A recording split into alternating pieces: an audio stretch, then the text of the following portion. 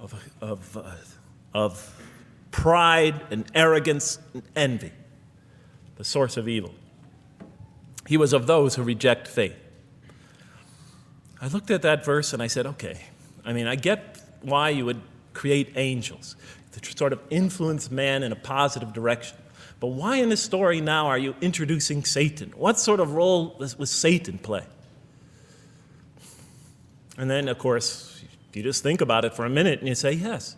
The story is telling us that on one hand, we have these magnanimous urgings come from one direction. On the other hand, we have these satanic urgings coming from another direction.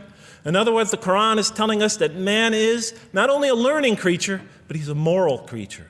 He has understanding of right and wrong. And God infuses those, allows those influences to come to him. Man is not only an intelligent being, but a moral being.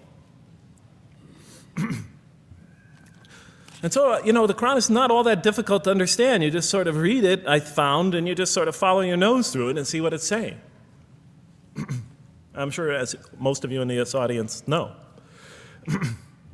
Okay, so we see that man is not only a learning creature, but he is a moral being as well. There's another verse in the Quran that says, by the soul and that which whispers into it, or which breathes into it.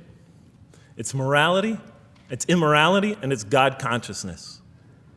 Both of these we are under the influence of. And God allows us to be under the influences of this. He creates us to be exposed to both influences. And then the verse says, truly he is successful, who causes it to grow. Causes his soul, his self, his real self to grow. And truly he is lost, who stunts it, who disallows, who destroys his personal growth. So mankind is not only an intellectual being, but a moral being.